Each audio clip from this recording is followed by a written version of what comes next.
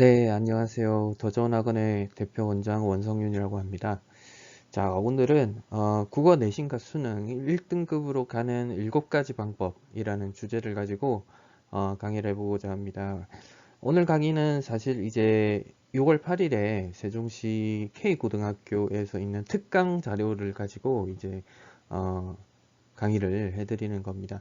그래서 고등학생 1, 2학년들 대상으로 내용들을 이제 강의하는 것이기 때문에 어떤 중학생이나 이제 초등학생 자녀를 두신 학부모님들께서는 조금 내용이 어려울 수도 있다는 점 미리 양해 말씀을 드리겠습니다. 하지만 이제 그 자녀들도 이제 곧 있으면 이제 고등학생이 되기 때문에 이제 고등학교 올라갔을 때 어떻게 공부를 해야 할지 이 고등학교 자료들을 이렇게 보시면 중학교 때 혹은 초등학교 때 어떤 공부를 해야 국어에 이제 도움이 많이 될 수 있을지를 가늠할 수 있는 척도가 되지 않을까 생각을 합니다. 네, 이쯤 뭐 서두에서 설명을 하고요. 저에 대해서 이제 간략하게 말씀을 드리자면 저는 이제 연세대학교 교육대학원 교육학 석사고요. 미국 예일대학교에서 단기 과정으로 연수를 밟았고 대치위너 입시연구소에서 지금 대표 컨설턴트로 일을 하고 있습니다. 자, 이 정도 설명드리고요. 자, 우리 국어에 대해서 이제 조금 얘기를 해보고자 합니다. 국어라는 과목이 한 2015년도 수능부터 이제 점차 어려워지기 시작했습니다. 이제 어려워지기 시작한 이유가 이제 수능이 이제 영어가 절대평가로 바뀌고 나서 이제 국어와 수학이 이제 변별력을 줄 수 있는 어떤 상대평가에서의 절대적 과목으로 자리매김을 하면서부터 점점 어려워졌고요. 오늘 슬라이드 중에서 가장 힘을 줘서 말하는 부분이 우리 세대에서는 비문학이로 불렸던, 그리고 이제 이름이 약간 바뀌었습니다. 독서 영역으로 바뀌었는데 이제 독서 영역에서 이제 많은 어려움들이 따르고 있습니다. 그래서 그것들을 이제 풀어가는 것이 이제 우리 수험생들에게 큰 과제인데, 좀처럼 그것을 극복하는 것이 쉽지가 않습니다. 왜냐하면 기존에도 독서 영역이 어려웠는데, 말씀드렸다시피 2015년도부터 조금 더 어려워졌기 때문에 이런 것들을 이제 수험생들이 미리 아주 오래 전부터 좀 준비를 해야 가능하지 않을까.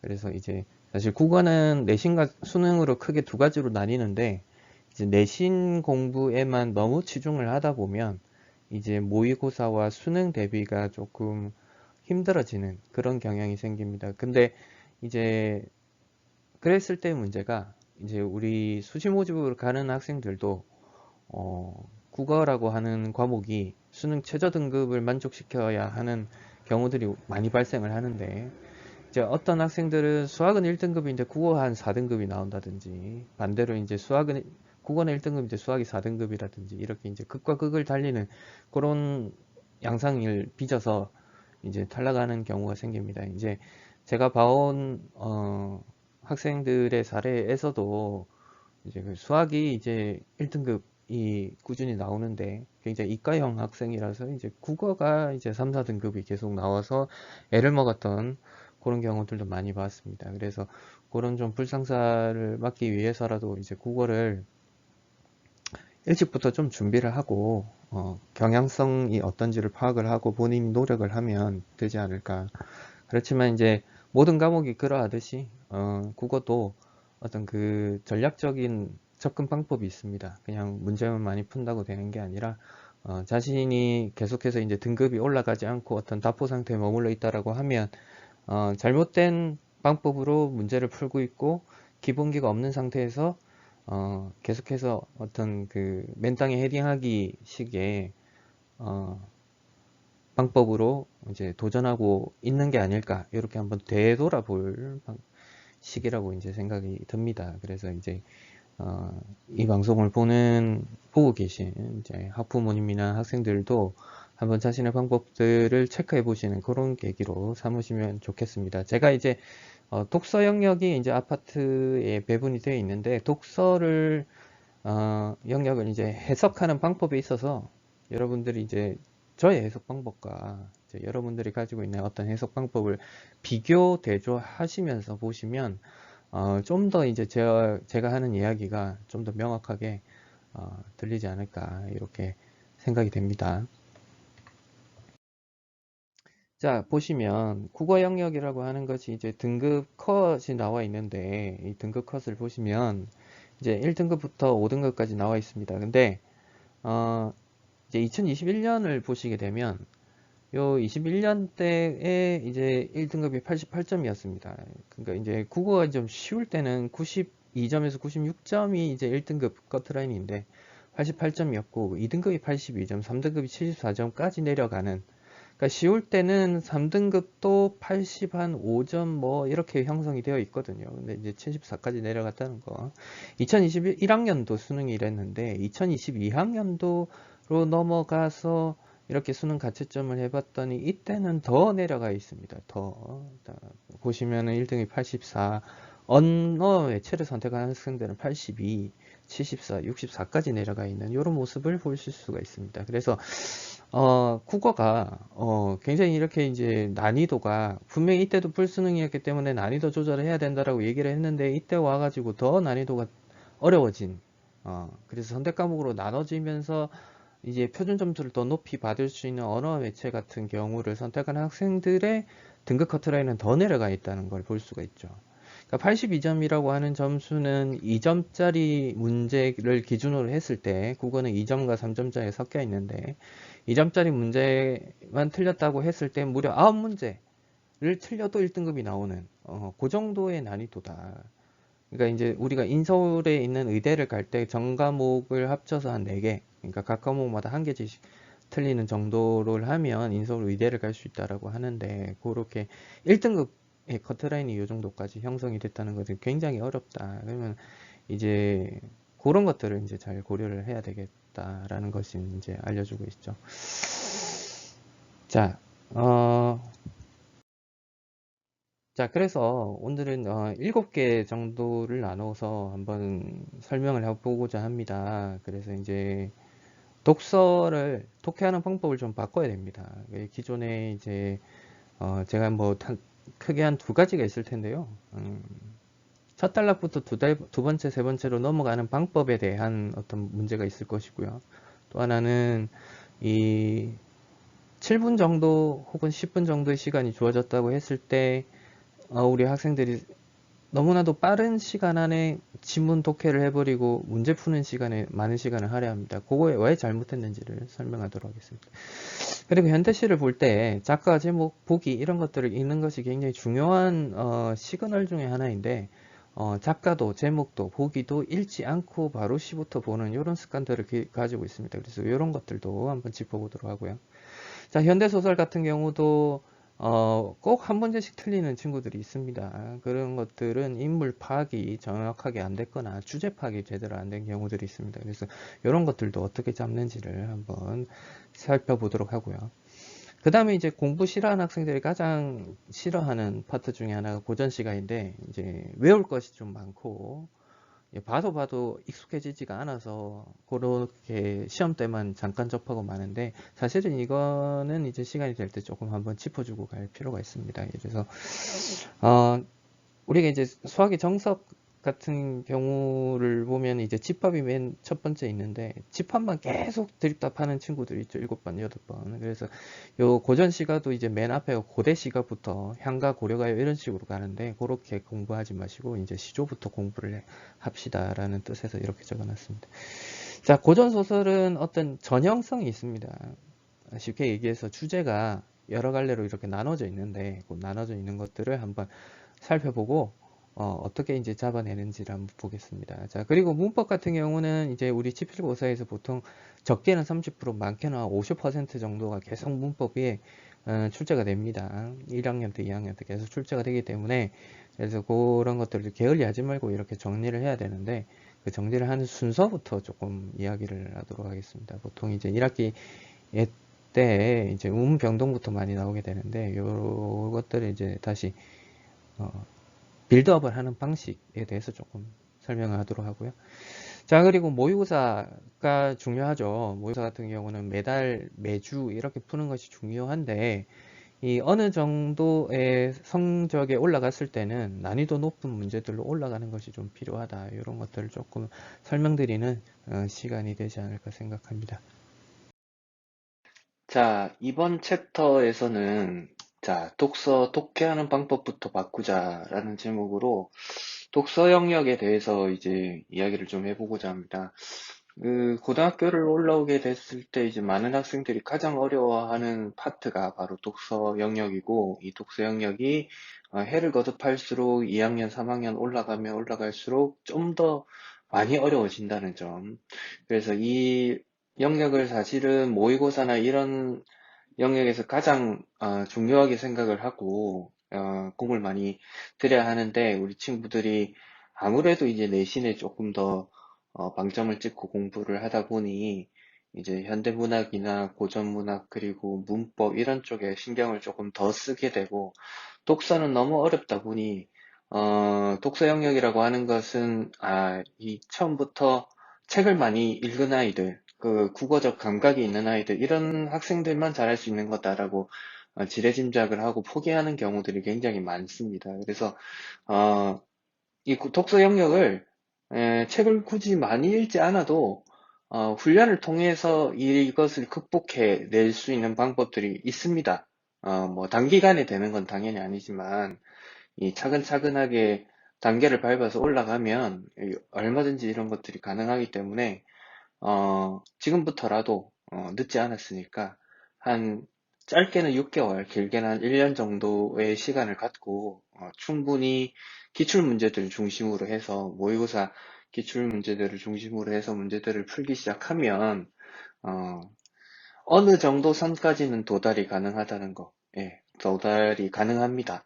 그렇게 해서 사실은 이제 수학도 영어도 물론 마찬가지일 수도 있겠지만 국어만큼 정직한 과목이 없습니다. 자신이 노력을 하면 그 노력한 만큼 돌아오는 과목이고, 독서 영역도 지금 이제 선생님이 알려주는 어떤 그런 방법들을 가지고 이제 공부를 해보고 정답을 하나둘씩 이제 정답률을 조금씩 높여가는 그런 연습들을 해나가다 보면 어, 이제 마침내 이제 국어가 두렵거나 짜증나거나 기피하고 싶은 과목이 아니고, 이제 읽는 재미가 조금씩 붙기 시작하고, 다음 단락이 뭐가 나올까 궁금해하고, 그래서 이제 어떤 텍스트라고 하는 것들에 대해서 이제 우리가 좀 소화하고 싶어 하는, 어, 그래서 글을 읽는 재미를 조금씩 느끼게 된다면,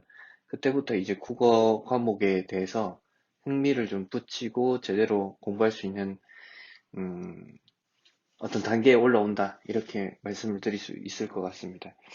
그래서 국어를 접근하는 데 있어서는 이제, 독서 영역에 있어서는, 영역별로 조금 다르게 접근하게 됩니다. 그래서 제가 이번에는 어, 인문 철학 파트 부분의 어떤 그 지문 하나랑 과학 파트, 여러분들이 가장 어려워하는 우주 쪽 파트를 두 지문을 가지고 왔는데 조금 접근법이 다릅니다. 그래서 그것들을 조금 설명을 해드리고, 그에 앞서서 이 국어 오답이 어디에서 가장 많이 발생하는지를 한번 먼저 짚어보고 넘어가도록 하겠습니다.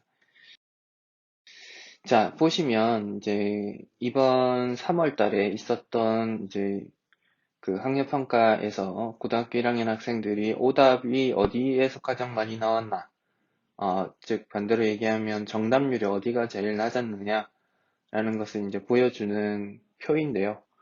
보시다시피 1, 2, 3, 4위가 다 독서로 구성이 되어 있는 걸 볼 수가 있습니다. 그래서 사회 파트가 이제 보통 이제 경제나 뭐 법이나 이런 것들이 포함이 되어 있는데, 이 영역에서 굉장히 많이 어려웠는지 24번, 22번, 25번, 23번 이 영역에서 그냥 거의 우르르 틀려버리네요. 네, 우르르 틀려버렸고, 자, 그 다음에 28번 과학도 좀 보이고요. 그리고 18번의 인문도 좀 보이고요. 그리고 뭐 10위에 과학도 또 보이네요. 그래서 이렇게 정답률이 좀 독서 역량에서 굉장히 많이 쏟아지고 있다라는 것을 우리가 이제 볼 수가 있습니다. 그래서 사실 이제 아까도 말씀드렸지만 수능에서 독서를 정복해야지만이 좋은 등급을 받을 수가 있고, 그게 이제 좋은 등급을 받으면 그것이 이제 자신의 어떤 경쟁력이 돼서 이제 좀 더 큰 뭔가 목표들을 설정해 볼 수 있기 때문에 반드시 이런 것들이 좀 필요하다. 그래서 이제 지금 보여드릴 거는 이제 예술 지문입니다. 인문 예술 지문인데 요것들 한번 읽어보고 한번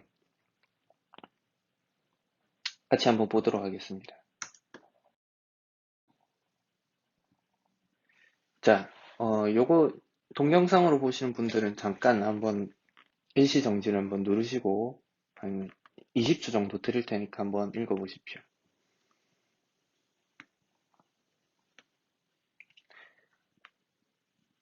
자, 읽으셨죠? 읽으셨다고 예상하고, 자, 제가 이제 제 소제목을 그 예측하면서 읽는 습관을 기르자라고 말씀을 드렸는데, 국어를 이제 잘하는 학생들, 그리고 이제 국어를 좀 많이 이 문제들을 풀어보고 질문들을 접해본 학생들은 제가 이야기하고자 하는 바가 무슨 뜻인지 이 첫 번째 단락을 읽으면서 예측을 했을 겁니다. 그래서 이 다음 단락에 뭐가 나올지도 어렴풋이 혹은 굉장히 뚜렷하고 정확하게 어, 예상을 했을 거라고 저는 생각을 해요. 어떤 이유에서냐면 첫 번째 단락 읽으면서 말씀을 드릴게요. 자, 미의 본질에 대한 최초 연구는 고대 그리스 피타고라스 학파에 의해서 이루어졌는데, 이들은 미가 물질적인 대상이 형식적 구조 속에서 표현되는 객관적인 법칙이라고 생각했다. 자, 첫 번째 줄을 읽어보면, 우리가 아는 피타고라스 학파의 대표적인 이론이 뭐가 있습니까? 삼각형 이론이 있죠. 그래서 그 삼각형 이론을 보시면은, 이렇게 삼각형을 이렇게 그려서 이렇게 3, 4, 5 이렇게 해가지고 피타고라스의 정리 이렇게 나오는 것들을 아실 수가 있을 거예요. 그죠? 그래서 이런 것들은 숫자로 딱 떨어지는 거죠. 숫자로. 그죠? 숫자로 딱딱딱 떨어지는 거기 때문에 뭡니까? 객관적인 법칙이라고 생각을 했다는 거죠. 우리가 이제 통상적으로 생각할 때 미라고 하는 것들이 어떤 그 숫자로만 딱 나열되는 게 아닐 텐데, 지금 여기 보면 최초라고 돼 있죠. 미의 본질에 대한 최초의 연구를 했을 때는 피타고라스 학파가 했고, 그때는 뭐다? 형식적 구조 속에서 표현되는 어떤 숫자로서의 객관적 법칙이라고 생각했다는 겁니다. 근데 이걸 보면 최초는 이랬는데 그 다음에 나올 거는 이러하지 않았을 것 같다라는 게 예측이 됩니다. 많이 읽다 보면. 필자는 좀 그렇게 얘기하고 싶어 해요. 자, 한번 더 읽어볼게요. 피타고라스는 수를 이 세상의 근원으로 보았기 때문에, 근원이라는 거예요. 피타고라스 눈에는 이거밖에 안 보이는 거예요. 그래서 이 아름다움이라는 것을 그 대상을 구성하는 요소들 간의 수적인 비례에 의한 것이라는, 그러니까 수적인 비례, 1대2, 2대4, 4대8 이런 비례에 의한 것이라는 이 균제 이론을 등장시켰다는 겁니다. 그래서 피타고라스의 철학은 그 이후 플라톤, 아리스토텔레스 우리가 좀 들어본 이름들이다. 그죠? 그래서 등 서양 철학사를 주던 이들에게 수용되어서 균제 이론은 서양 뭐 여기 약간 가려졌는데 서양 미학의 하나의 전통이 되었다. 이렇게 된다는 거죠. 자, 그래서 이 첫 번째 단락을 요약하는 뭐 이런 것들을 보통 하는데 굳이 요약을 안 해도 지금 우리가 이제 중요한 거는 예측하는 습관입니다. 예측을 해서 다음 단락에 뭐가 나오게 될까라는 것을 우리가 가져가는 거죠. 첫 번째 단락을 요약해 보면 서양 미학을 주도한 것은 이 미의 본질에 대해서 최초의 연구를 주도한 것은 뭐였다? 균제 이론이었다. 균제 이론이었다. 그러면 우리가 이제 그 다음 단락에서 뭐가 나올지를 한번 생각을 해봐야 된다는 거죠. 그럼 뭐가 나올까? 뭐가 나올까? 궁금해 해야 합니다. 근데 이제 많은 학생들이 궁금해하지 않고 어떻게 하냐면은 그냥 단순히 글을 읽고 또 읽고 계속해서 어떤 흐름을 잡아가지 않고 큰 줄기가 뭔지 보지 않은 상태에서 정보 값의 나열들만 보면서 머릿속이 굉장히 복잡해지는 그래서 뭘 필자가 이야기를 하고 있는지를 캐치해내지 못한 상태에서 빠르게 글만 읽어가는. 그래서 어머님들이 이제 우리 아이들이 이제 어, 글을 제대로 이해를 못하고 또 문제를 풀면 항상 시간이 모자라고 이러다 보니 뭘 찾게 되시냐면 속도학원을 찾아요. 속도학원. 음, 그렇지 않습니다. 충분히 빨리 읽고 있습니다. 더 느리게 읽어야 돼요. 더 느리게 읽고 그 숙독이라고 하죠. 숙련시키면서. 그러니까 굉장히 이 하나 문장 단어 하나를 곱씹으면서 이렇게 봐야 되는데 그러지 않아요. 나중에 이제 말씀드리겠지만 지문 독해를 하는 데 있어서 너무 빨리 읽어요. 우리 학생들이 90%가. 그렇게 읽기 때문에 안 됩니다. 다시 지문으로 돌아갈게요. 나중에 다시 한번 설명할 테니까. 지문으로 돌아가면 그래서 균제 이론이 최초의 이론이었죠. 그러면 이 다음에는 이를 부정하는 이야기가 나오게 될 거예요. 보통의 이제 철학이나 어떤 그 인문이나 예술에서 이런 식으로 이야기를 전개가 되는데 그 이유는 뭐냐면 어떤 그 최초의 연구가 있었으면 그 최초의 연구를 이제 깨고 새로운 것들이 나오게 될 때는 어쩔 수 없이 기존 것을 부정하면서 나올 수밖에 없어요. 그러면은 이 필자라고 하는 사람들이 이 기존의 연구를 설명하는 것이 아니고 원래 이러이러했어. 원래 이랬대. 그랬는데 이제 나중에 시간이 지났더니 이렇게 바뀌어져 갔어. 라고 이야기가 나오게 됩니다. 그렇게 가는 경우들이 거의 절반 이상이 그런 식으로 전개가 됩니다. 그래서 그런 어떤 전개 과정에 대한 이해가 문제를 풀면서 선행이 되거나 혹은 어떤 저 같은 사람들의 설명을 들으면서 이제 경험적으로 축적이 되는 상황에서 어떤 그런 프레임을 갖고 문제들을 볼 수 있어야 된다는 거죠. 이게 왜 이러냐면 이 모의고사 학력평가에 출제되는 지문들이라고 하는 것은 책에 있는 것을 발췌해서 갖고 오는 것이 아니고 100% 거의 교수님이나 고등학교 선생님들이 만들어서 나오는 지문들입니다. 그러니까 문제를 위한 지문들이라는 거죠. 그렇기 때문에 굉장히 정제된 언어와 그리고 전개 과정에 대한 어떤 그 프로세스가 딱 갖춰져 있는 거죠. 그렇기 때문에 왜 그럴까? 그 부정하는 이야기가 나오게 되는 이유는 당연한 겁니다. 그럼 이제 진짜 그 다음에 뭐가 나올까? 한번 볼까요? 자, 플로티노스라는 사람이 나와요. 자, 플로티노스는 몇 가지 이유를 들어 미의 본질은 균제로 대표되는 수적 비례에 있는 것이 아니라고 주장을 해버리고 방금까지 첫 번째 단락에서 균제 이론이 이제 최초의 어떤 미학 이론이고 이제 그거에 대해서 이야기를 했는데 그게 아니라고 주장을 해버리죠. 아니라고 주장을 해버립니다. 그래서 균제 이론은 부분과 부분 또는 부분과 전체의 관계 속에서 아름다움을 찾는 것이다. 자, 우리가 생각해 보면 미술이라고 하는 것이 자를 대놓고 5cm, 10cm, 7cm 해가지고 비율을 재면서 그 비율에 맞춰서 물론 수학적으로 그렇게 그릴 수도 있을 겁니다. 그렇지만 이 부분과 전체 관계 속에서 아름다움을 찾고 있고, 그리고 플로티누스가 말하고 하는 것은 뭐냐면 균제를 이루고 있는 대상이라 하더라도 아름답지 않은 경우가 있을 수가 있다. 자, 우리 사람의 얼굴이 어, 이 균제 이론에 따라서 굉장히 뭐 예를 들어서 네모 반듯한 이런 얼굴이 있다라고 합시다. 이게 굉장히 이상하죠. 네모라고 하면 네모의 꿈이라는 노래도 있긴 하지만은 우리 얼굴이 이렇게 네모로 돼 있어서 정사각형이라고 하면 굉장히 이상할 거예요. 우리 얼굴이 비대칭인 건 알고 계시죠? 그렇지만 비대칭이기 때문에 아름다운 것들도 있습니다. 그런 것을 보더라도 그렇죠. 모나리자도 비대칭이죠.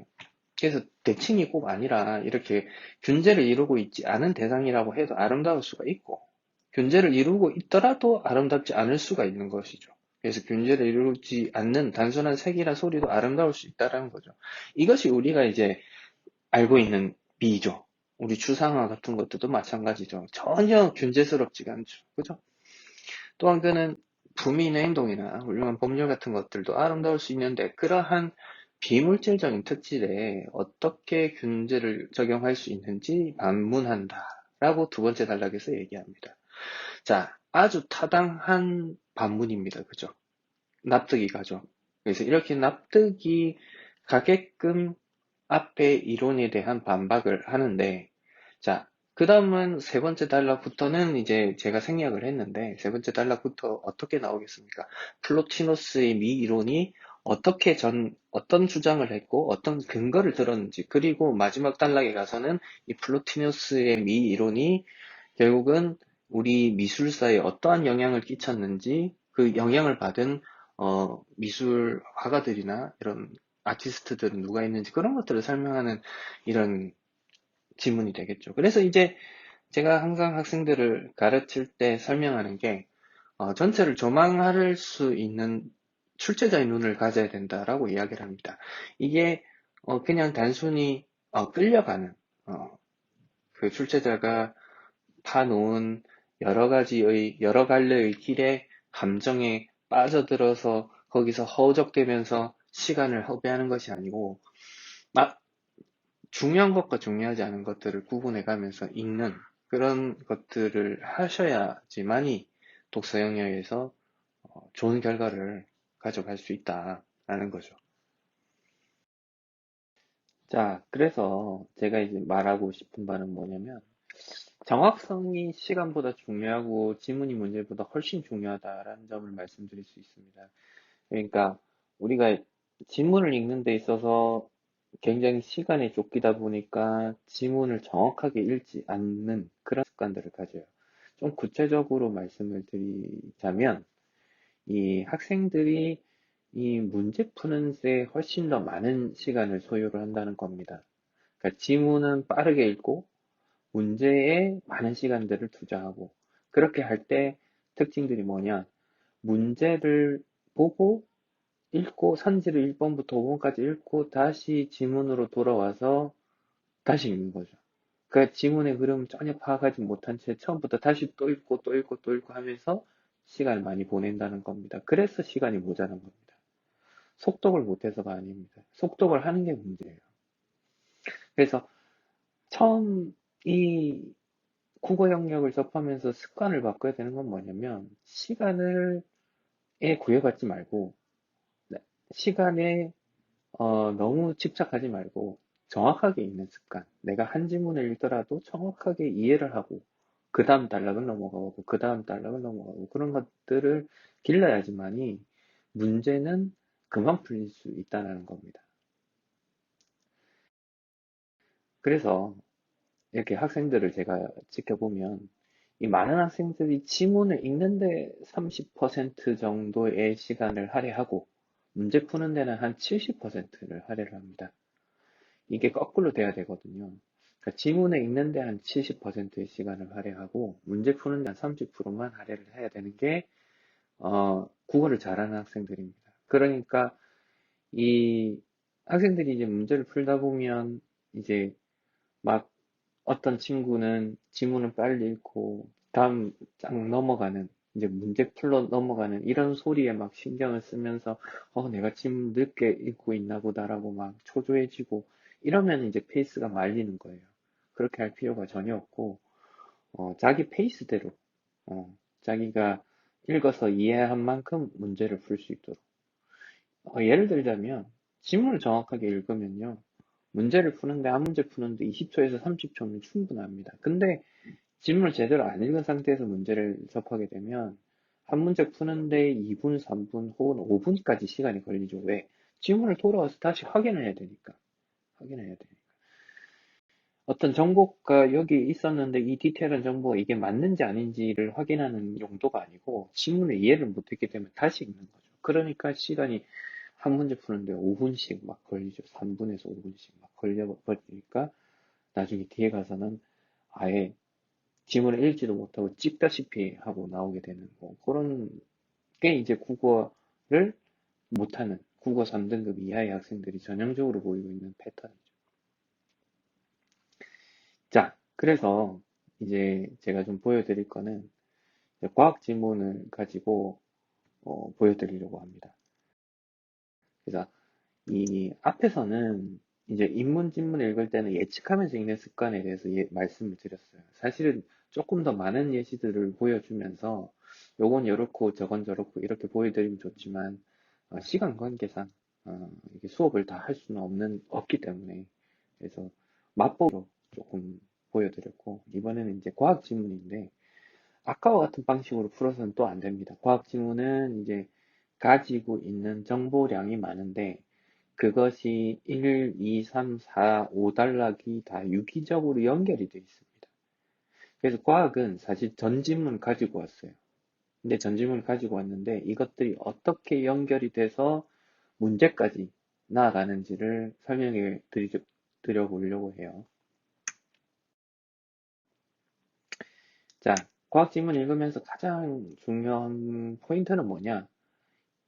이해를 하지 못했으면 다음 단락으로 넘어가면 안 된다는 거예요.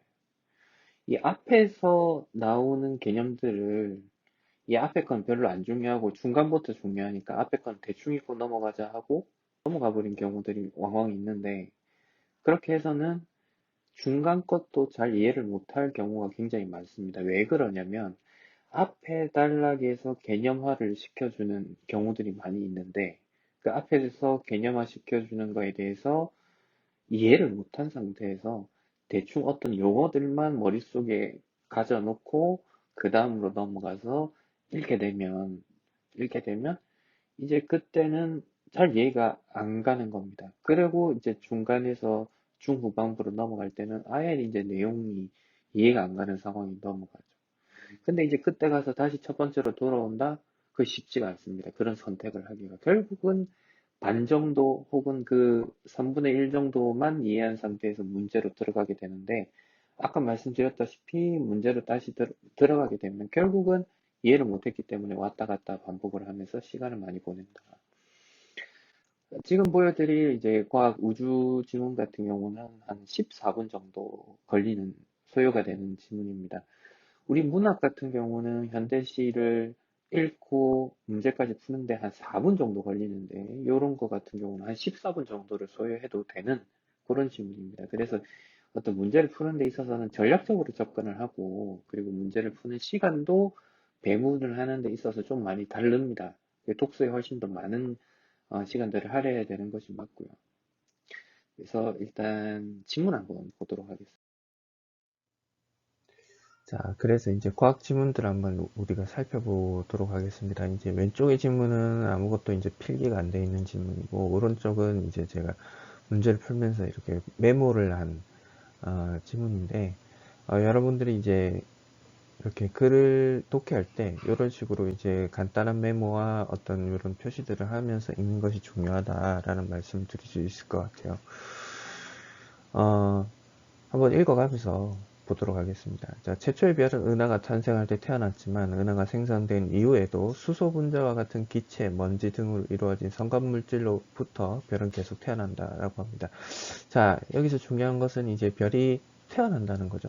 근데 별이 태어날 때 수소, 기체 이런 먼지들로 만들어진다는 거고, 그래서 성간물질은 그 구성물질들 간의 중력에 의해서 서서히 수축하면서 응집되고 그로 인해 내부의 온도와 밀도가 상승하면서 내부에서 외부의 압력이 형성이 된다라고 합니다. 이것도 중요한 파트 중에 하나인데 이걸 이해를 해야 두 번째 단락에서 이런 과정들이 다 이해가 갑니다. 무슨 말인고 하면 자, 이 성간 물질들이 이 중력이라고 하는 것은 어떻게 작용을 합니까?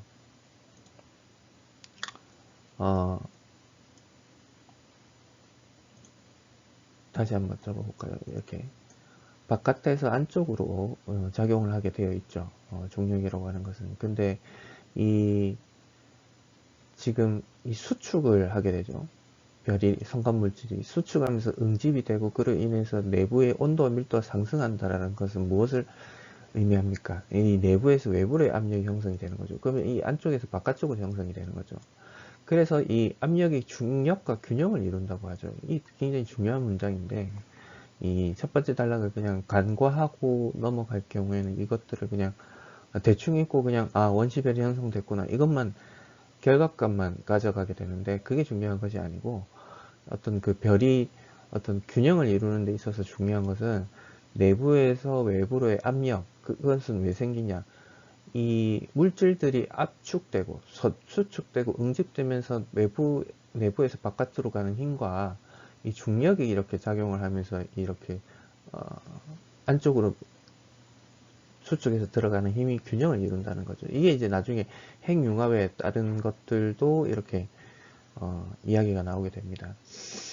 자, 두 번째 단락 읽어보면, 그래서 원시별이 생성된 뒤에 그 내부의 온도가 점차 높아짐에 따라 그 수소 분자를 구성하던 수소 원자들이 분리되며 이때 소모된 에너지로 인해서 원시별 내부 압력이 줄어든다라고 합니다.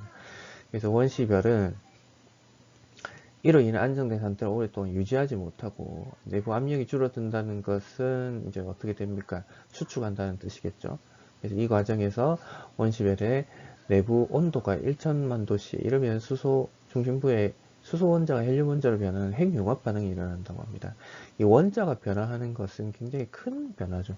그래서 이 핵융합 반응이 일어난다는 겁니다. 자, 그래서 간단하게 한번 정리해 보면 원시별이 있고 수축을 해서 핵융합이 일어납니다. 핵융합이. 근데 이 핵융합이 일어날 때도 이 중력과 핵융합에 따른 압력이 균형을 이룹니다. 우리가 이제 읽어야 되는 것은 여기서도 균형을 이루고 여기서도 균형을 이룬다는 요게 이제 핵심입니다. 그렇기 때문에 별이 어떤 일정한 어, 수, 그 수치를 유지한다는 거죠. 균형을 이루기 때문에. 자, 어떤 균형이냐? 핵융합에 의한 압력이라고 하는데 이 압력이 바깥쪽으로 갑니까? 안쪽으로 갑니까? 바깥쪽으로 가게 되겠죠. 핵융합이 에너지가 생성되는 거기 때문에 그죠? 근데 중력에 의한 수축력, 이 균형을 이룬다는 거죠.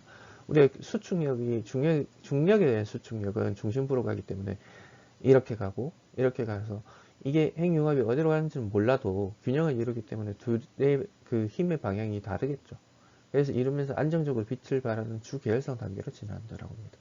자, 주계열성은 표면 온도가 높아서 푸른빛이나 노란빛을 띱니다. 그래서 우리 보통 별이 이런 식의 빛을 띠죠. 그래서 별은 일생이 대부분 주계열성 단계에서 보낸다. 주계열성 질량이 클수록 온도가 높고 밝은데 그만큼 에너지 소모량이 급격히 커지기 때문에 질량이 큰 별일수록 수명이 짧다라고 합니다. 그래서 우리 태양 같은 게 노란빛을 띠고 있죠. 그래서 굉장히 에너지 소모량도 큰데 수명이 짧을 거라는 거. 그렇죠. 우리 수명보다는 길 거라는 걸 알 수가 있습니다. 그죠? 근데 이제 뭐예요? 주계열성 단계가 끝난다라고 얘기를 했죠. 그럼 이제 굉장히 중요한 부분 하나가 지나가는 겁니다. 그럼 여기서부터 이제 우리가 예측하는 걸 약간 할 수 있는데 우리가 잘 몰라도 원시별이라는 것이 이제 생겨서 주계열성이라는 어떤 청년 시절을 보냈으면 이 청년 시절을 지난 별이 이제 조금씩 쇠퇴해가는 과정에 대해서 이야기하지 않을까라는 것은 우리가 짐작을 할 수가 있습니다.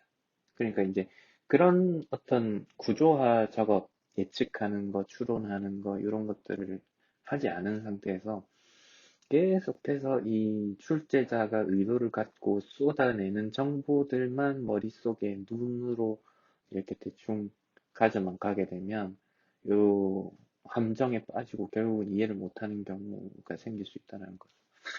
그래서 한번 읽어보면 자, 이후 중림부에서는 핵융합이 더 이상 일어나지 못하지만 이게 이제 다 끝난 거죠. 수소가 헬륨으로 다 바뀌었어요. 못하지만 핵 주변의 껍질층에서는 핵융합이 일어난다는 거죠.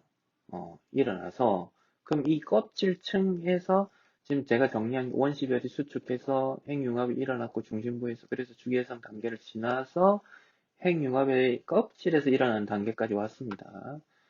그래서 이제 그 방출된 에너지로 인해서 별이 외부층이 팽창하기 시작한다는 거죠. 뭐 때문에? 껍질층에서 핵융합이 일어나니까 별의 외부층이 팽창하기 시작한다는 거죠. 어렵지 않죠? 인과관계가 성립되는 겁니다. 원인과 결과. 그죠? 자, 그래서 더욱이 핵융합이 정진된 중심부가 중력에 의해 수축하면서 방출되는 열은 껍질층의 핵융합을 더욱 가속시킨다라고 합니다. 중력에 의해서 수축되다 보니까. 자, 그로 인해서 별의 크기가 더욱 커지면 융합이 되니까 그죠? 핵융합으로 인해서 막 에너지가 발생하고 막 이러니까 막 껍질층에서 막 그렇게 하면서 뭐 어떻게 되는 거야? 열 에너지가 별 표면까지 충분히 어, 근데 커졌으니까, 그죠? 열 에너지가 별 표면까지 충분히 전달되지 못해서 표면 온도는 하락을 하고 별은 붉은 빛을 띠는 적색 거성이 된다고 합니다. 그래서 적색 거성이 중심부가 계속 수축해서 내부 온도가 1억 도씨를 넘어서면 헬륨 원자가 탄소 원자로 변하는 핵융합이 시작된대요. 그러니까 이제 수소, 헬륨, 탄소로 변화하는 이를 3단 변화 과정을 겪습니다. 그죠?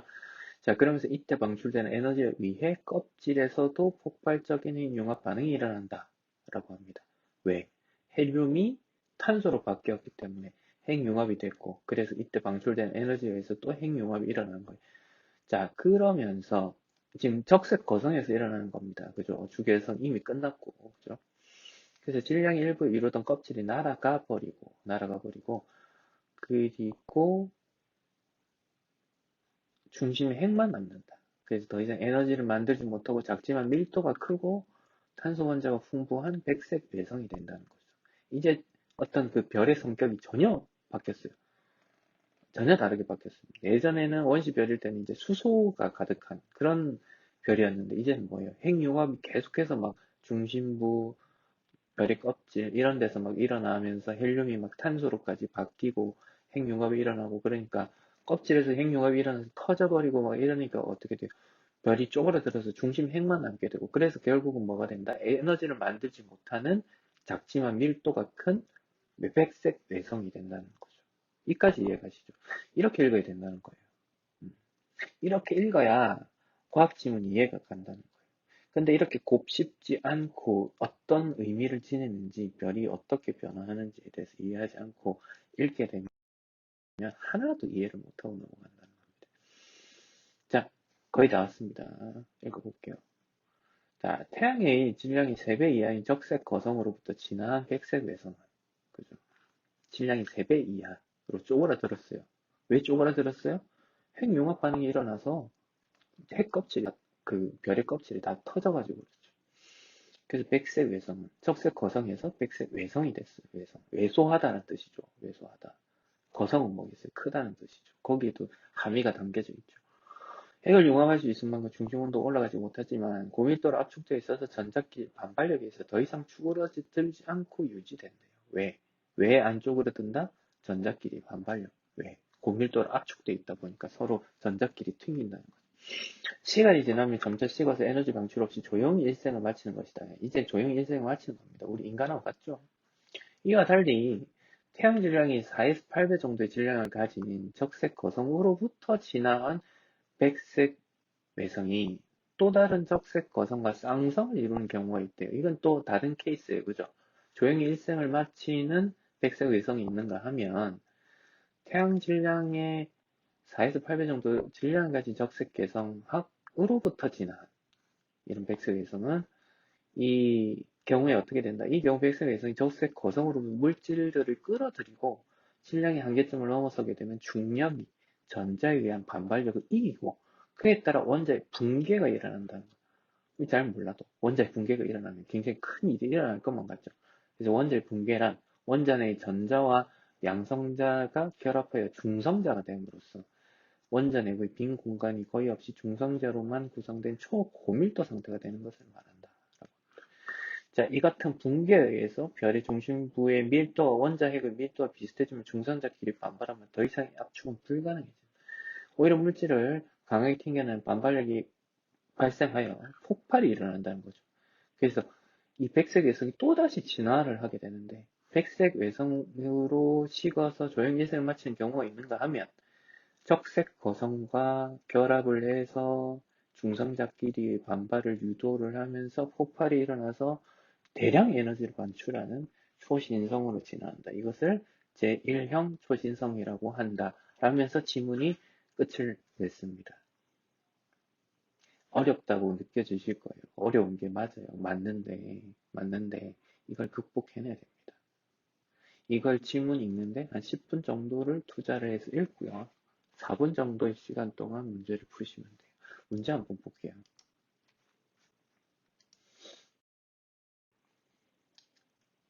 자, 윗글의 표제와 부제로 가장 적절한 것은 5번 문제 한번 볼게요. 답은 5번인데 천체의 생성과 변화의 과학적 원리. 그렇죠.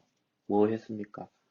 원시별에서부터 그리고 주계열상 단계로 진화해서 그래서 적색 거성이 되어서 백색 외성이 됐다가 그 백색 외성 중에서도 적색 거성을 끌어당겨서 중성자끼리 반발력을 만들어내는 그 적색 거성이, 백색 외성이 뭐가 됩니까? 초신성이 되는 그런 과정, 별의 진화 과정을 중심으로 이야기를 했습니다. 그죠? 자, 6번 문제를 보면 다음 글의 이해로 가장 적절한 것은 정답만 보겠습니다. 별이 에너지를 방출하는 과정에서는 중력과 반대 방향으로 압력이 발생합니다. 자, 요거를 문제를 많이 틀리는 경우가 생기는데 아까 제가 그림을 가져서 설명을 했습니다. 그죠?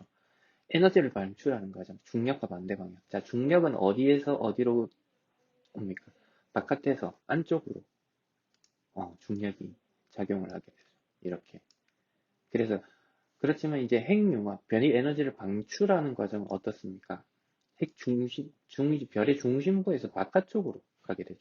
그러면서 아까 주계열성 단계에서도 어떻게 했어요? 균형을 이뤘죠. 그러니까 이게 맨 첫 단락에도 등장을 하고요. 중간에서도 등장을 하는데 이걸 잘못 읽으면 방출과 반대 방향으로 압력이 발생한다고 생각하지 않게 돼요. 내부 쪽으로만 있는다고 생각을 할 수도 있고. 그래서 중력은 별의 중심으로 수축하는 힘, 핵융합은 에너지를 방출하면서 별 바깥으로 작용하는 힘이죠. 그래서 정답이 3번이 됩니다. 아시겠죠? 자, 7번 문제. 주결성에 대해서 제가 설명을 길게 했는데 4번 보시면 원시 별에서 중심부의 핵융합 반응이 모두 끝난 후에 진입하는 단계가 아니죠. 그렇죠.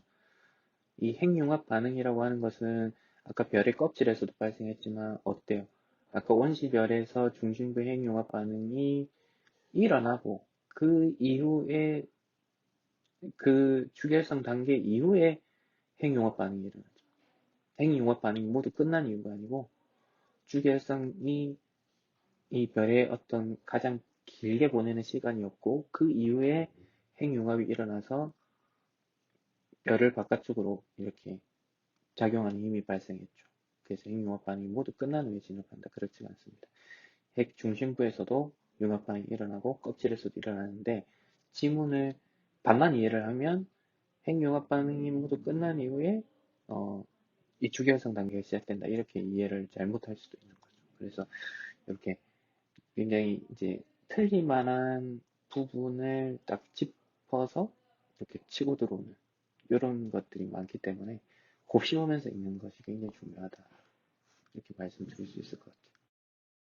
자, 그래서 독서 지문들을 우리가 이제 살펴봤는데, 이제 결국은 이런 겁니다. 우리가 이제 고등학교 1학년 독서 지문들 같은 경우는 좀 쉬운 편이고요. 고등학교 2학년, 3학년 넘어가면서부터 급격하게 어려워진다. 이렇게 이제 우리가 인지하게 되는데, 궁극적으로는 수능을 풀어야 되기 때문에 이제 고난도 지문을 읽으면서 구조 독해를 하는 연습을 길러야 됩니다. 그래서, 어, 조금 살펴보면 이제 독서에서 다양한 분야의 내용이 지문으로 출제가 되고 있습니다. 그래서 인문 철학이나 이제 아까 살펴봤던 예술 지문 같은 경우는 어느 정도 보면 이해를 좀 하는데 우리 이제 사회 쪽의 경제 분야랄지 우리가 아까 봤던 과학의 우주랄지 혹은 생명과학이랄지 이렇게 좀 평소에 이제 읽어보지 않았던 이런 지문들은 문항 정답률이 굉장히 낮은 편입니다. 근데 이제 고등학교 1, 2학년 돼서 뭐 이제부터 책을 좀 읽어야겠다 해가지고 책을 읽는다고 해서 이런 독해력이 길러지는 것은 아니고 이제 과학, 사회, 경제, 역사 이런 다양한 분야의 지문을 통해서 독해력을 기르는 학습이 매우 중요하다고 할 수 있겠습니다. 여기에 플러스 알파로 그래도 뭔가를 좀 읽으면 도움이 되지 않겠습니까? 배경 지식을 기를 수 있지 않겠습니까? 라고 이제 하면 이제 독서 평설이라고 있습니다. 예, 그게 이제 매달 이렇게 나오는데 그게 이제 저도 독서 평서를 가지고 국어 공부를 굉장히 많이 했었고 그 책이 참 좋습니다. 그래서 그거를 읽는 거는 좀 추천을 드린다. 자, 그리고 이제 여러 분야의 지문을 통해서 배경 지식을 확장을 시키시고 그리고 또 지문 속에 함축되어 있는 내용을 추론하는 우리 아까 추론 연습을 많이 했죠. 그래서 추론하고 핵심 내용을 요약해보는 활동들 그런 것들을 이제 시작을 해야 된다. 우리가 이제 수행평가할 때 이런 것들을 많이 하는데 지금부터라도 이제 조금 하는 연습을 하셔야 되지 않나 싶습니다. 자, 추천 문제집이 이제 이쯤 돼서 여러분들이 이제 조금 어떤 걸 그러면 보면 좋냐 이렇게 말씀하실 건데 일단은 기출입니다. 지금 다 언급하는 이 문제집들이 뭐 사설로 누군가가 만들었다가 아니고 이미 나온 문제집들을 다 편집한 것들입니다. 그래서 3등급 이하 학생들은 지금 고등학교 1학 학년에 상관없습니다. 고2 학생들도 일단 고1 거 먼저 풀어보시는 게 좋습니다. 3등급 이하라고 하면. 그래서 독서와 문학 영역에 학력평가 기출문제집, 제가 볼 때는 마더텅이 가장 편집이 잘 돼 있습니다. 그래서 마더텅 전국연합 학력평가 기출문제집 고1 고2 거 독서 영역 문학 영역 안 돼 있으면 먼저 풀어보세요. 이것도 꽤 어렵다고 느껴질 겁니다. 고2 거를 풀면. 자, 그리고 내가 고등학교 학년에 상관없이 내가 고2, 고3 문제집을 풀면, 모의고사를 풀면 1, 2등급이 우습게 나온다. 뭐 틀리는 게 5개 이하, 3개 이하로 틀린다. 그래서 내가 이것들도 풀어봤다. 난 뭐 이 정도는 아주 우습다. 뭐 얼마 안 될 거라고 생각해요. 그런 학생들은. 그렇지만 이제 그런 학생들은 이제 당연히 고3 걸로 넘어가셔야 되고요. 고3 거 기출을 풀면 수능 기출로 넘어가셔야 됩니다. 그래서 이제 고3 기출이라고 하면 마더텅 거를 좀 푸시는 게 좋고 꼭 마더텅 아니어도 됩니다. 뭐 여러 가지들이 있지만 제가 이제 추천하는 거는 이런 거다라는 말씀을 드리는 거고 자 그리고 이제 최근에 이제 트렌드가 이제 마르고 닳도록을 좀 많이 푸는 추세로 가더라고요. 그래서 수능 기출 같은 경우는 마르고 닳도록을 좀 푸는 게 좋을 것 같다. 근데 요게 이제 좀 특이한 점은 문제집 따로 해설집 따로 파는데 해설집이 훨씬 비쌉니다. 문제집보다. 그거 좀 감안을 해주시면 좋을 것 같고요. 이것도 다 풀어서 이제 더 이상 내가 풀 게 없다. 내가 풀 게 없다. 라고 하는 학생들은 그릿이라고 있습니다. 그릿.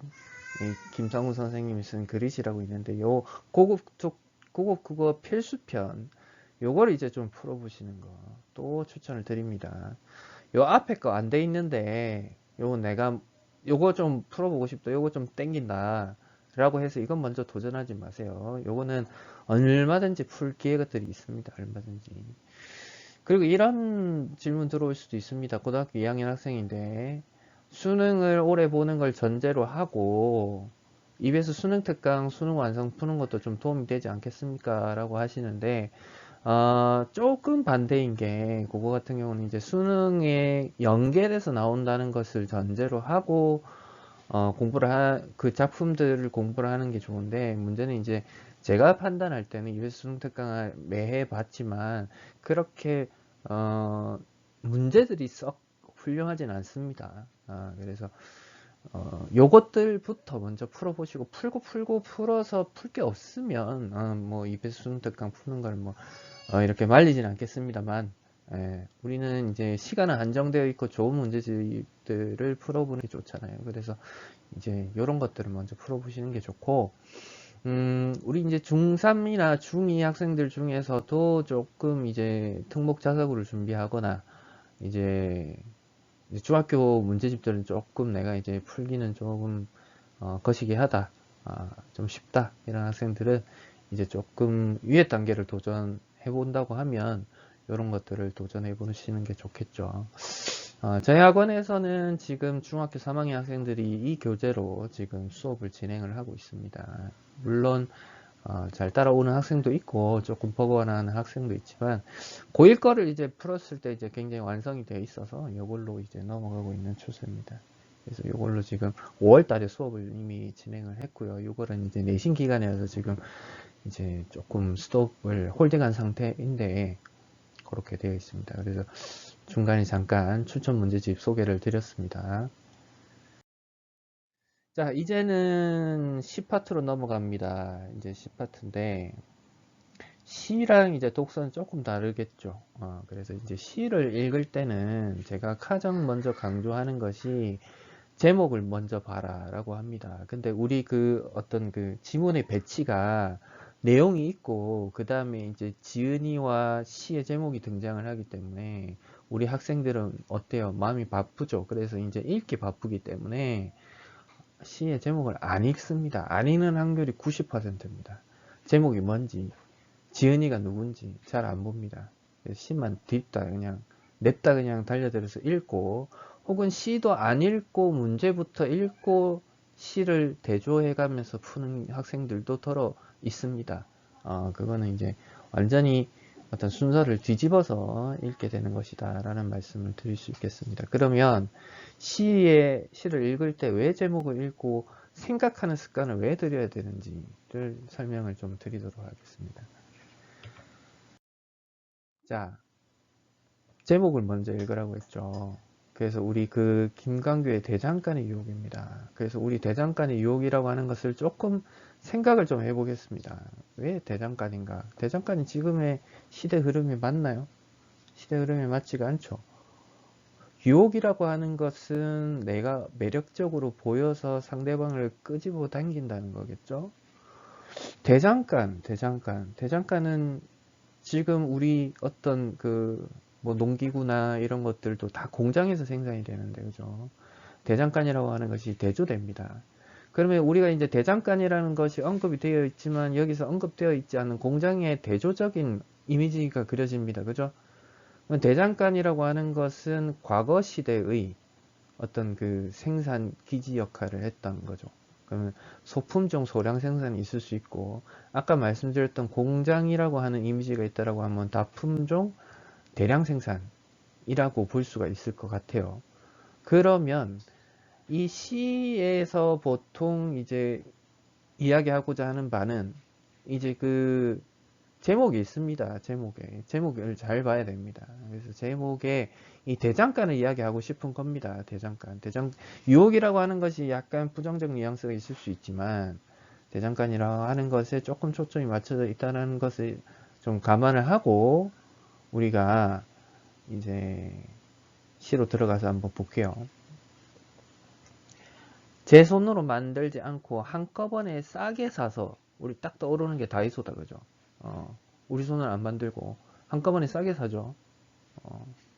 이렇게 해서 마구 쓰다가 망가지면 내다 버리는, 아무래도 그럴 수밖에 없죠. 조금 저렴한 1,000원, 2,000원짜리 제품이기 때문에 조금 금방 망가지기도 하고, 그래서 내다 버리기도 하죠. 그렇게 내다 버리는 플라스틱 물건처럼 느껴질 때, 처럼 직유법 나왔는데, 자, 플라스틱 물건처럼 느껴질 때 시적 화자가, 나는 등장 안 했지만 시적 화자가 등장했어요. 내가 그렇게 느껴진다고 하는 거죠.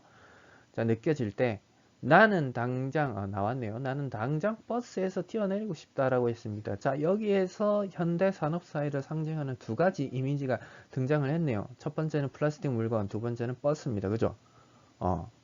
그래서 지금 이 앞에서 이야기하는 것은 뭡니까? 대량 생산, 대량 소비 체제에 의해서 만들어지는 상품의 속성입니다. 자, 여기까지 읽어보니 이 대장간이라고 하는 것이 아직 등장 안 했지만 뒤에 가서 등장을 하겠구나.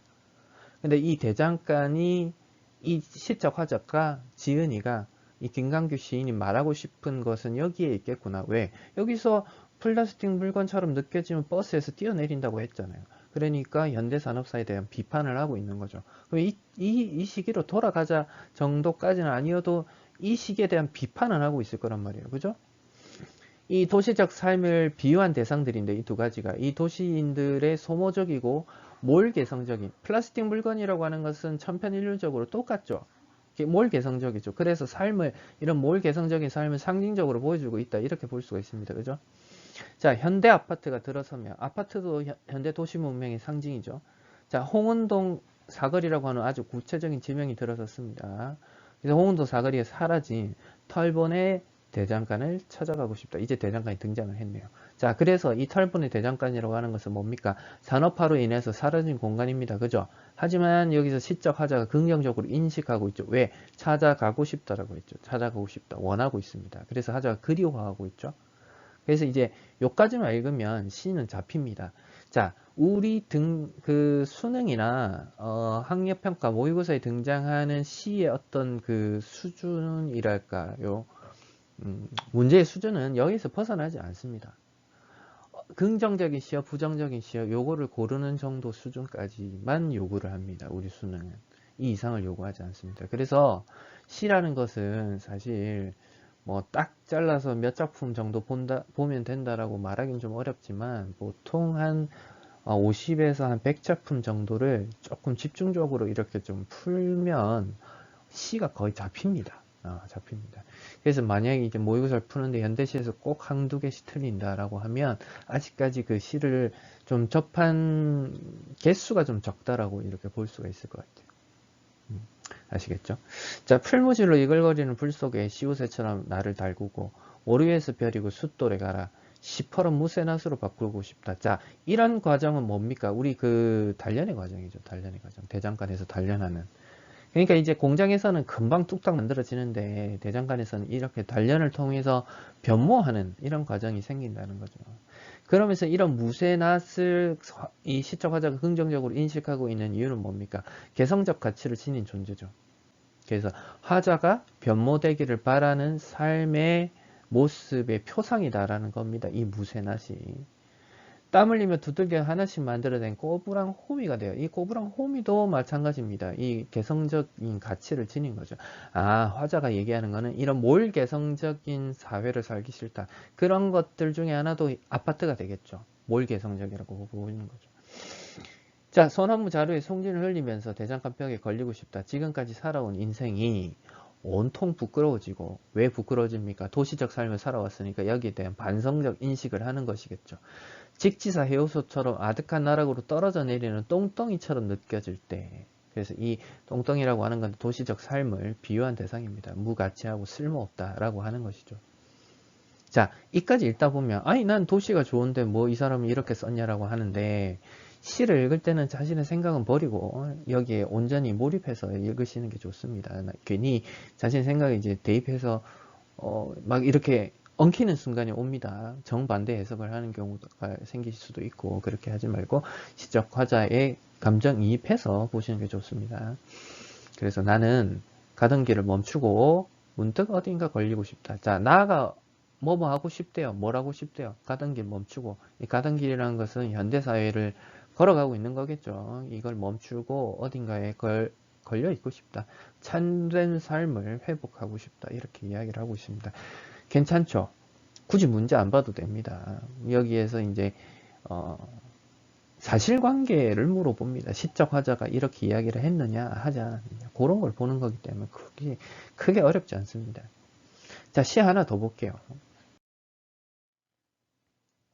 자, 기영도 시인의 바람의 집 겨울파나 1입니다. 기영도 시인의 시가 좀 어렵다라고 느껴질 수도 있습니다. 이렇게 막 보면 이건 시가 막 행구분도 안 돼 있고 그냥 막 이게 무슨 수필 같기도 하고 막 이런데, 이런 걸 보고 막 겁을 먹게 된다는 건 아직까지 많이 안 본 겁니다. 여기 보시면은 5분 정도밖에 안 걸리죠. 5분.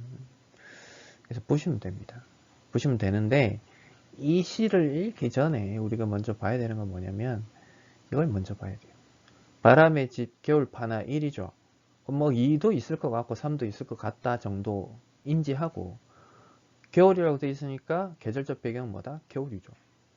그 바람의 집이에요. 집은 집인데 바람의 집이에요. 수식을 하고 있죠, 관용어로. 자, 집이다. 근데 바람의 집이다. 그럼 바람이 불고 있어서 그런가 보네. 겨울이네.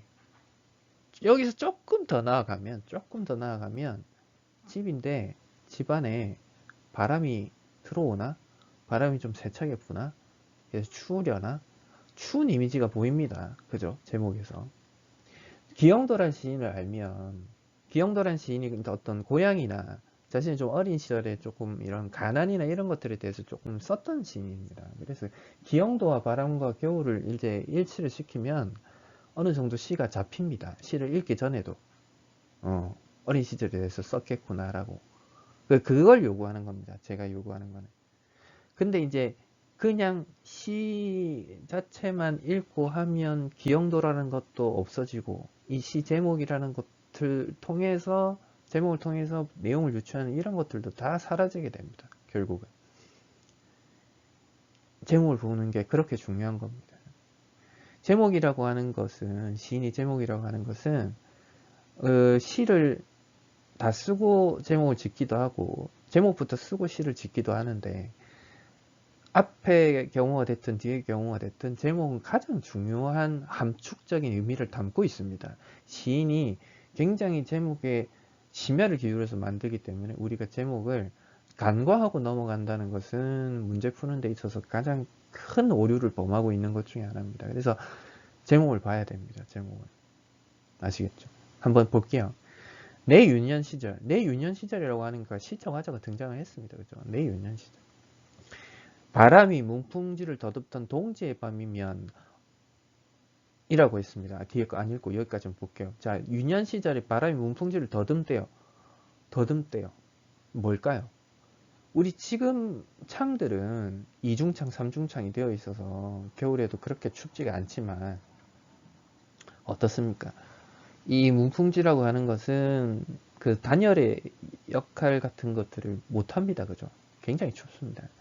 제가 이제 국어, 제 스스로 어떤 국어 고전문학 어떤 투어 이런 것들을 한답시고 고산 윤선도 고택이 있는 전라남도 해남에 이제 한번 갔던 적이 있는데 다산 정양호 선생 있었던 다산 초당도 가보고 이랬는데 또 그런 기운을 이어가기 위해서 이제 뭡니까 저녁에 이제 숙소도 한옥으로 이제 잡았습니다. 그래서 이제 한옥에 가서 자는데 이런 집이었어요. 문풍지가 있는 그런 집이었는데 그때가 겨울이 돼가지고 얼마나 추운지 모르겠어요. 겨울에 그 문풍지를 뚫고 막 그 찬 한기가 들어치는데 우풍이 심해가지고 덮고 있는 이불을 막 그 문 틈새로 막고 막 이렇게 했는데도 그 추위가 가시지 않더라고요. 그래서 잠을 어떻게 들었나 모르겠는데 굉장히 추웠습니다.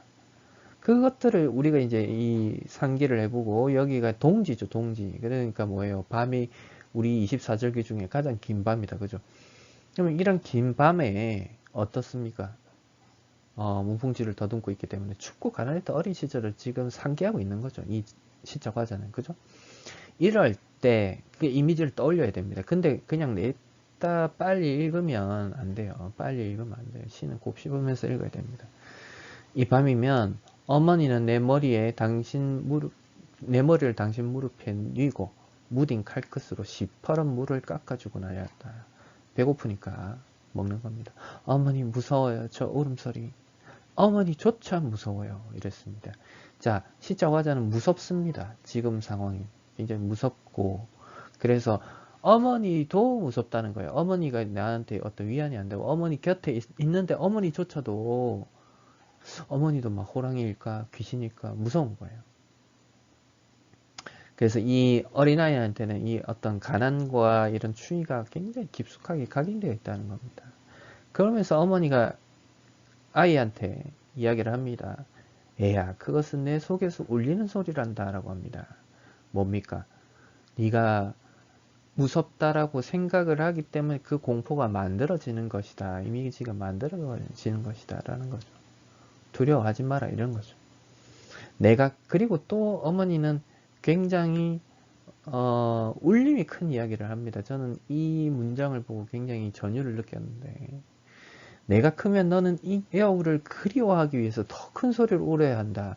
학생들한테 이걸 들려줬더니 이 문장이 이해가 잘 안 가더라고 하더라고요. 이게 무슨 말이냐면 지금 이 시를 쓰는 기영도의 현재 시점에서 보면 이건 유년 시절입니다. 그죠? 과거입니다. 그래서 이 겨울을 이 어머니는 이미 미래를 내다보고 있습니다. 너는 지금 비록 어리지만 네가 성인이 되어서 이 겨울을 회상한다면 추억한다면 너는 굉장히 그리워할 거다. 여기를 이 시간을 그리워하게 될 것이다. 그 시간이 되면 너는 이 시간을 그리워하기 위해서 더 큰 소리를 울어야 될 거야. 그때가 가난했지만 행복했던 시절이다 라고 울어야 한다 라는 거죠. 그때에는 엄마가 네 곁에 없을지도 몰라. 없을지도 몰라. 늙어서 없을지도 몰라. 그렇기 때문에 너는 그때 엄마 무릎을 베고 물을 먹던 춥지만 가난했지만 그때 그 시절이 너무나도 그립다. 그렇기 때문에 너는 그 큰 소리를 울어야 될 것이다. 이렇게 이야기를 하고 있습니다. 굉장히 함축적인 문장인데 많은 의미를 담고 있죠. 자정지나 앞마당에 은빛 금속처럼 서리가 깔릴 때까지 어머니는 마른 손으로 종이짝 같은 내배를 자꾸만 쓸어내렸다라고 했습니다. 그래서 어머니의 사랑이죠. 내배를 자꾸만 쓸어남기는. 처마미 실에게 한 줌 부스러짐으로 천천히 등을 돌리던 바람의 한숨, 사여가는 호롱불 주위로 방안 가득 풀풀 수십 장 입긴 날리던 밤입니다. 자, 추위가 시각적으로 좀 나타나기가 상당히 어렵죠. 사여가는 호롱불, 그래서 그 주위로 방안에 입김이 한 장, 두 장이 아니고 수십 장이 날리는 거죠. 그래서 가난과 추위가 이 방안에 날리는 것을 통해서, 입힘을 통해서 시각화를 하고 있죠. 그러면서 마지막에 뭐라고 하느냐, 그 작은 소년과 어머니는 지금 어디서 무엇을 할까라고 합니다. 자, 갑자기 내 유년 시절 하다가 작은 소년과 어머니라고 하면서 3인칭으로 바꿔버렸어요. 그 작은 소년 자신이 거리를 멀리 두는 그런 장치를 좀 취했습니다. 제가 잘 이해한 건지 모르. 자, 시각 괜찮죠? 이거 굳이 뭐 안 풀어봐도 괜찮을 것 같아요. 여기서 이제 바람, 뭐 밤, 겨울, 은빛, 금속 이런 것들은 이제 다 가난을 상징하는 그런 있는 외로움을 상징하는 이미지였다 이렇게 보시면 되겠네요. 문제가 살짝 잘렸는데 보시면 답은 5번인데 뭐 색채어가 등장했다 이런 거겠죠. 네, 그렇게 어렵지 않습니다. 그렇죠? 자, 그래서 현대시를 빠르게 성적 올리는 방법이 있습니다. 어떻게 하면 되느냐? 작가 제목부터 있습니다. 이제부터 시를 읽으실 때 작가 제목을 충분히 보셔야 됩니다. 그리고 이 문제들 중에서 작품에 대해서 설명하고 있는 보기를 읽습니다. 꼭 보기가 주제를 담고 있지 않은 경우도 있지만 대부분의 경우는 담고 있습니다. 그건 이제 나중에 뒤에 가서 이렇게 보기가 등장하는 문제가 있으니까 그때 한번 더 설명을 하도록 하겠습니다. 그리고 이제 지문이 있습니다. 3단계로. 그러면서 아까 제가 그랬죠. 대장간. 왜 대장간을 붙였을까? 왜 겨울의 집으로 붙였을까? 이렇게 생각을 하면서 지문을 대조하면서 읽으면 분명히 보입니다. 왜 이렇게 지었는지. 자, 그리고 문제를 풀 때는 그 한 작품씩 읽으면서 여기와 관련된 단독 문제를 먼저 풀고 복합 문제를 맨 나중에 푼다라고 해놨는데 이건 뭐 본인 편하신 대로 하셔도 됩니다. 자, 그리고 이 중요한 것이 이제 마지막인데 작가들의 특성을 정리하는 게 굉장히 중요합니다. 오늘은 설명을 안 했지만 윤동주 시인의 이런 작품들을 보면 또 다른 고향, 길, 별에는 밤, 서시 이런 작품들은 대부분 이 가지고 있는 정서는 뭡니까? 이 자기에 대한 성찰이죠. 성찰을 주제로 가지고 있습니다. 그래서 그런 작가의 특성을 정리하고 있으면 굉장히 이제 쉽습니다. 작품을 접근하는 데 있어서. 그래서 반복해서 나오는 주제에 대해서 머릿속에 각인을 시키는 이런 작업들이 여러분들이 좀 해야 된다. 이렇게 말씀드릴 수 있습니다.